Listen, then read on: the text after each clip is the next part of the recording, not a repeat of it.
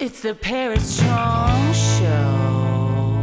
Now, I remember when we met, we were 19 years old and we lived in London. And as you do. Yeah, as we all do when we're 19. And you had told me that you had to leave Australia because you couldn't take it anymore because everyone was teased you and was so mean to me, mean to you. Like, I think it's like you go through a lot of stuff when you're a child star. Well, what happened as well was that I had anorexia, and one of the nurses sold the story. I'd already thought I want to go to London. I had this thing about London. I thought Paris. Actually, I thought Paris because I could speak French in those days. I couldn't do. I mean, I'm okay now, but not like I was really fluent. And then I thought London, no, because I love the fashion, I love the music, and I wanted to be a songwriter. In fact, interesting fact.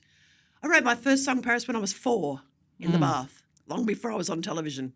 Wow. We had a piano in the house, and the radio was always on. And I was in the bath.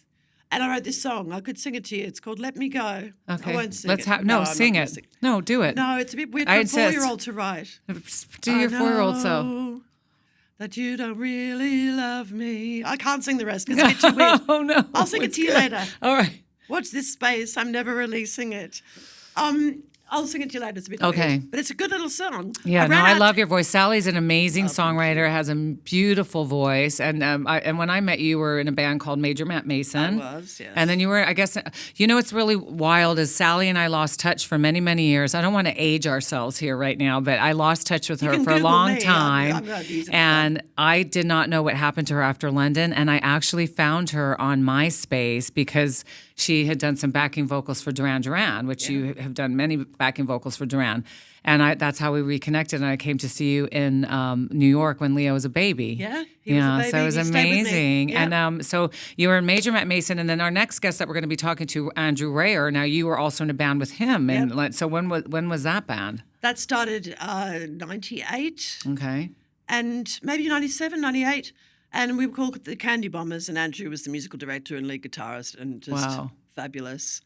Well, you know what he said about you? What did he said when she opens her mouth, gold comes out. Oh, he did? Yeah, when you did.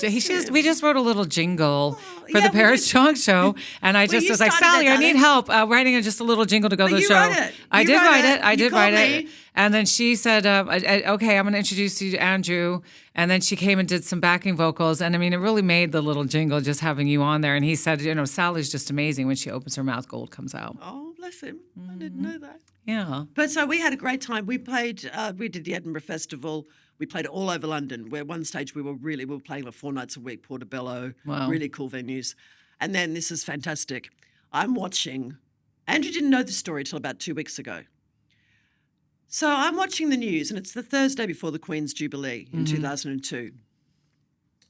And I'm watching the news. I think I was going to the studio, but it was about 10 in the morning, and they said at the BBC, and they're saying, oh, yes, they were talking about the Jubilee, and they said, yes, and there's different stages, the Canadian stage, the New Zealand stage, the Australasian stage. And they said, they were talking to the producer or something, and they said, well, actually, who's going to be on the Australasian stage? But we're actually looking for one more act for the Australasian stage. So I picked up the phone and I called the BBC. Andrew didn't know how we got the gig. He said, I was wondering how we got that gig because we headlined the Australasian stage. That's cool. And I called them up and I said, blah, blah, blah, blah, blah, da, da. And they said, have you got any gigs coming up? And I said, actually, we do. We're playing the Notting Hill Arts Club tomorrow night. Now, at that point in time, the Notting Hill Arts Club was trendy. Yeah. As all, hallelujah, I swear. Well, and so they came and saw us. Yeah. We got the show on the spot. They said, right, be ready. I said, come, everyone meet at my house. We'd been playing a lot, like 3 weeks, 4 nights a week, so we were really on. Yep. So we didn't have another rehearsal. We just showed up at my house, Mercedes limos, and we weren't even that nervous because we knew what we were doing. And we got there, and we headlined. I've got some great pictures. I'll send them to you. Oh.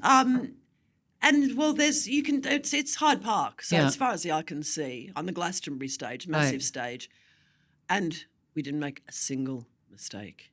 And I said to everyone, I didn't have the big huddle. I never did that because we knew what we were doing. Right. And we just all got together and I said, come on, guys, we know what we're doing. Let's just go out there and enjoy it. And it was a really good show. I want to hear some of those tracks now. And you recently, right before COVID, you were on your way to London and hadn't been for a while to work on some music with Adele. Wasn't that right? Yes, Adele. And unfortunately, I couldn't do that. But she did record it. I've actually got a recording of her I would doing love this to myself. hear. Oh my it's God, I love gorgeous. that song. I Why was in did the what studio for it. happened? It's like Well, she had her voice thing. So she came to LA and didn't sing for a while. And our paths kind of didn't meet up. And then she went in a kind of different direction. the married direction.